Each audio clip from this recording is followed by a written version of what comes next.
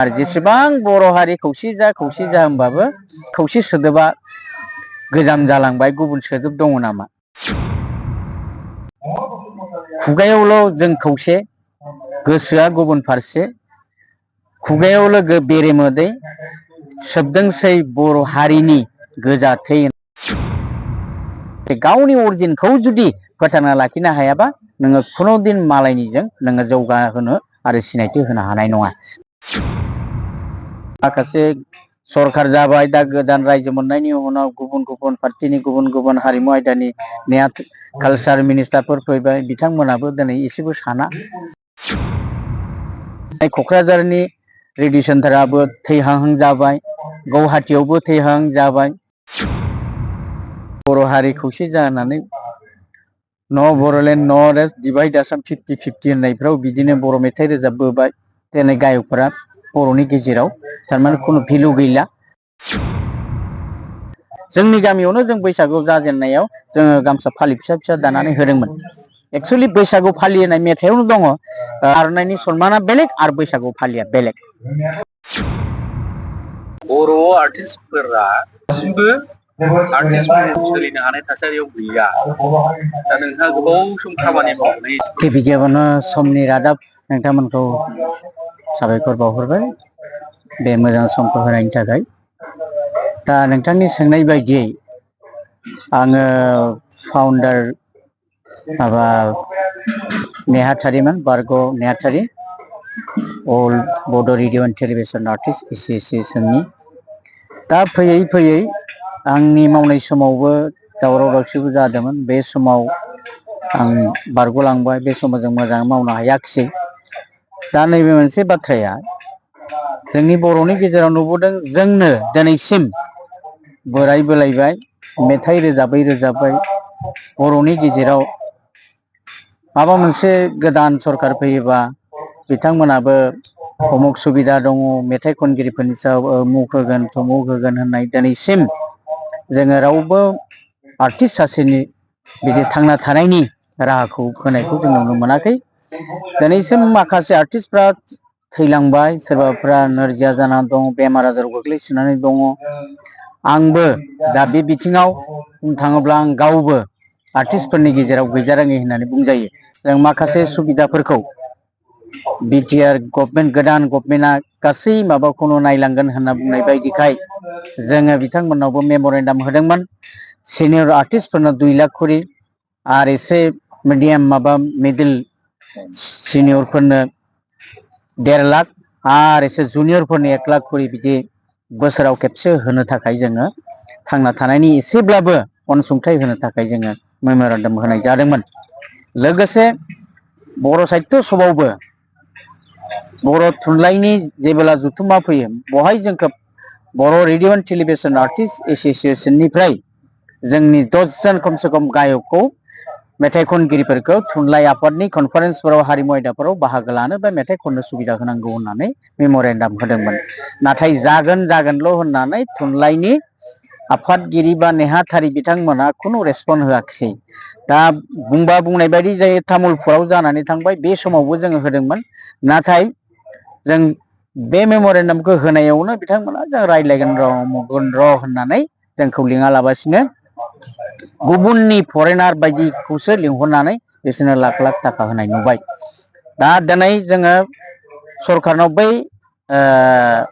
सम बारायनायनि खेथ्रआवबो बे समाव फाउन्डार नेहाथारि गलक ब्रह्म दंमोन, जोंबो दंमोन। टिभि माबायाव पिके सेंसन दंमोन, ओमफ्राय रेडिअ जों एसके लानथांगा दंमोन। बे समाव जों मेमरेन्डाम होदोंमोन। टाइमखौ 30 मिनिट्सनिफ्राय जोंनो 40 मिनिट्ससिम हाया नामा बारायनो, बा आरो टिभियावबो होदोंमोन जों 1 घन्टा बर'नि थाखाय एक्सट्रा हो होननानै। नाथाय जोंखौ बुंबाय पिके सेंसना जे नोंथांमोनाथ' गायकसो, नोंथांमोननि थाखाय रायजोफ्रा खोनासंनो, बारा समफोरा खोनासंनो गोसो दंना गैया। बर'फोरनि संगठनफ्रा, बर'नि माखासे संगठनफ्रा एबसुआनो जा, बर' साहित्य सभायानो जा, दिनैसिम जोंनियाव मेमरेन्डाम गोग्लैयाखै। नोंथांमोनानो रेडिअ आर्टिस्टफ्रानो फार्स्ट होननानै बुंदों जोंखौ। दा बेखौ नुयो जे 8 सिडिउल जानाय लोगो लोगो मोनसे आलादा सेक्सन जाबाय। बे आलादा सेक्सन, बे 8 सिडिउलाव हाबनाय लोगो लोगोनो जोंहा आलादा सेक्सन जानांगौमोन। आरो मोननायनिबो जिहेतु राइट दङमोन दा बे राइटखौनो दिनैसिम माखासे मानाव गिदिरफोर दङ दैदेनगिरिफोर दङ गेदेर गेदेर लिडारफोर दङ दा बिथांमोनानो बुङाब्ला जों बार बार बुंनानैबो जोङो खेबसे नांलायनायानो जादोंमोन नोंसोराथ' बहु दिगार गैया थमुक गैया उमुक गैया होननानै नोंसोर मेथाइ खनगिरिसो नोंथांमोना मानो टाइमखौ बारायनांगौ बेखिनि टाइमा थिग नङा नामा नोंसिनि थाखाय 30 मिनिटआ थेवबो जोङो जुदि गुबुन हारिफोरनिया जुदि 24 घन्टा जुदि सालायनो हागौबा जोंनो 12 घन्टा हो बिसोरनो 12 घन्टा होयोबा जोंनो 6 घन्टाखौनो हो बिदि खालामदोंमोन नाथाय बे दिनै जाफुङाखैसै जोंनि माखासे सरखार जाबाय दा गोदान रायजो मोननायनि उनाव गुबुन गुबुन पार्टिनि गुबुन गुबुन हारिमु आयदानि कालचार मिनिस्टारफोर फैबाय बिथांमोनाबो दिनै एसेबो साना दिनै क'क्राझारनि रेडिअ सेन्टाराबो थैहां जाबाय गुवाहाटीयावबो थैहां जाबाय आर्टिस्टफोरा खुनु भेलुआनो गैला टिभि आरो दा बुंनो थाङोबा नों फंबायखौ बुंनाय बायदि जायो नोंथाङाबो दिनै रेडिअ'आवबो टिभियावबो केजुवेल एनाउन्स खालामबोदोंमोन आरो बर'नि थाखायनो माखासे नांबोदोंमोन माखासे हिस्ट'रिफोरखौ उन सिगां हिस्ट'रिफोरखौ नोंबो मिथिगौ दा बे हिसाबै जों गले गले थांदोंमोन नाथाय गिदिर गिदिर लिडारफ्रानो जेबोखौनो बुङा मात्र जोंनो सुबिदा होदों उमुक होदों जों मा मावाखै थमुक मावाखै बेखौल'सो दा दिनैसिम जुदि मेथाइ खनगिरिफ्रा बोरायबाय बुरैबाय बोरायलांबाय सोरबा फैनो हायाखै दिनैसिम जायफ्रा एसे देहा मोजां बेफोर फैनो हादों जों बबाव दङ जोंहा गोदान सरखार बिटिआरनोबो CM प्रमद बर'नोबो होनाय जादोंमोन नोंसोरो थैनायबाबो गोथांबाबो थैनाय गासैनि मुंखौ लानानै फै होनना बुंनायखाय जों लाबोदोंमोन 350 जननि लिस्टखौ होदोंमोन दा बिसोरो जों गेजेर गेजेर लोगो हमबाय बेबो गेजेरनो 10 बारनि उनावसो जोङो खेबसे लोगो हमजादों बेयावबो दा आं गले गले फन खालामो जिहेथु जोंबो खस्थ' खालामनानै कन्ट्रिबिउसन मा होदों होआखै मिथिया जेरावनो आन्दलन खालामदों बहायनो गाख्रबदों जेराव बेयावनो जै बर' हारि खौसे जानानै न' Bodoland north east divide Assam 50-50 होननायफ्राव बिदिनो बर' मेथाइ रोजाबबोबाय दिनै गायकफोरा बर'नि गेजेराव थारमाने खुनु भेलु गैला मेथाइ खनगिरिफोरा रेडिअ आरो बे जानायनिबो दा खारनफोरा मा जाबाय डिजिटेल मुगा जाजोब्बाय इउटिउबार माबा जाहैबाय इउटिउबाव होनो फेसबुकाव नुयो दा फेसबुकाव नुनाय टिभिफ्राबो थैलांनो हमबाय गायकफ्रा दा बेखायनो रावखौबो गुरुत्थ' होला दा बे बिथिङाव जोंनो थांना थानायनि थाखाय गोदान सरखारनोबो आसाम सरखारनावबो जोङो होदोंमोन जोंनो प्रत्येक बोसोराव आसाम सरकारा बर' साइडनिफ्राय 10 जन पेन्सन होनायनि थाखाय बे मेम'रेन्डामखौ जोङो थ्रु बिटिआर सरखारनिफ्रायबो होदोंमोन दा बिसोर बेसेबां मा खामानि मावदों मिथिया जोङो नायबाय थादों होननानै बुंदों आरो बेनो खोथाया माब्लाबा नुनो मोनो गुबुन रावारि सुबुंफोरा बर' मेथाइखौ खननाय बा बर'नि मोसानाय एसे बिकृत अरिजिनेल नङै माने बेबायदि मालाबा मोसानाय मेथाइ खननायखौ नुयो खिन्थु जोंनि बर' आफादफोरा बा जायफ्रा हारिमुजों लोब्बा दं बे बिथिङाव बांद्राय बुंनायखौ आं नुवाखै ओरैबायदिसो होनो नागिरो जे बिसोरबो सोलोंहांदोंसो अरिजिनेलखौ सोलोङालासिनो अबेबा नायनानै सोलोंनायखौ नुनो मोनो बे बिकृत खालामनायनि बिथिङाव नोंथांमोना मा बेथ' दुखुनांथाव टिभिफ्रावबो नुदों नेसनेल टिभिफ्रावबो खायफा दिल्लीयाव मोसाहैदों बागुरुम्बाफोरखौ बिदिनो जोंनि बर'नि बैसागुफोरखौबो बिदिनो बिकृत खालामनानै दा गिबियावनो आं बुंनो लुबैदों जोंनि माखासे आर'नाइनि जेसेबां आगर दंमोन आर'नाइफोरखौबो हारसाफोरनि बिहु मोसानायफ्राव गावसोरनि गामसाफ्राव एरनानै लाहैजोब्बाय आरो जोंनाबो मोनसे माबा दङ जोंहाबो बर'आ बेखायनो ट्राइबेल होनजादों नामाथाय जे गावनिखौ गारनानै मालायनिसो गुरुत्थ' होसिनो दा जों थानानैबो मालायनिखौ मानो गुरुत्थ' होनांगौ बिदि बुंब्लाबो दाय जायो माखासे दा खायफा प्रडिउसारफोरा दिनै गोदान मेथाइ दिहुनदों केसेटफोराव सुरफ्रा मोजां जाया दिनै ग्लेमार गोनां होननानै जेनेबा जुबिन गार्ग मोनखौनो बुं बिथांमोना जेसेबां बर' मेथाइ रोजाबदों मोनसेबो पारफेक्ट नङा प्रनाउन्सिएसनफोरा आं बे खेथ्रआव आं बेसेबां मोजां रोजाबनो हायो आं बेसे मोजां मिथिया खिन्थु आङो वर्डिंआव बिराद स्ट्रिक्ट आरो आङो जानला मानलाखौबो आं मोजां मोना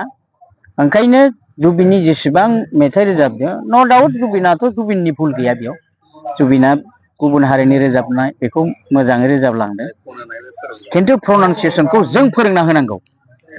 नै बिदिसो उमुगदों सोरबा मोजांनि जायगायाव मोजां होनदों बेखौनो जोंबो बिराद आखाइ खबदों बर'नि बे गुबुन हारियानो एफा मोजां रोजाबनो हादों होननानै दा बादल'बायदों बे बिथिङाव जों सिनसियार जानांगौ जोंनि हारिमु माबाफोरखौ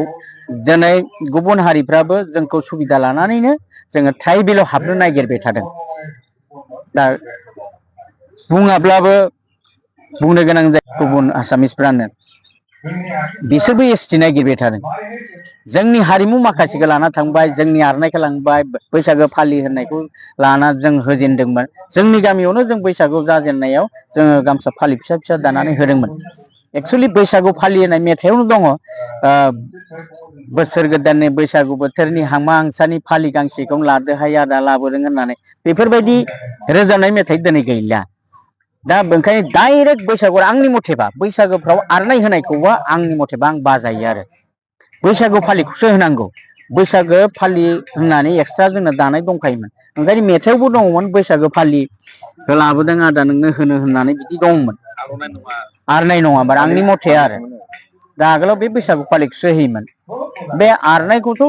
जों 26 जोंनि सेफ गार्ड मोनसे एकदम रक्षा कवच दावहा समाव जोंनि बर' हिन्जावफ्रा दानानै बेखौ हरनायसोमोन दावहारुफोरनो दा आर'नाइनि सनमाना बेलेग आरो बैसागु फालिया बेलेग दा नाथाय बैसागु फालियावनो बैसागु बोथोरावनो जा मिथिं दावथिङावनो जा मायबा मोनसेयावनो जा आर'नाइ बैसागु फालिया गोमाबाय बेनिफ्राय आर'नाइखौल'सो होनाय जाबाय ओंखायनो दा बे बिथिङावबो जोङो बेखायनो गुबुन हारिजों दा राजबंसिफ्रा ओरैबायदि समायना समायना लाना देखायबाय सरनियाफ्राबो जोंनिफ्रायनो गावनानै थांनाय बिसोरो दिनै ना गुरनाय मोसानाया बिसिनि जाना थाहैबाय दा बिसोराबो ओरैबायदि गोथां गोथां गाननानै बिसोरो माला ना गुरनाय मोसानाय मोसायो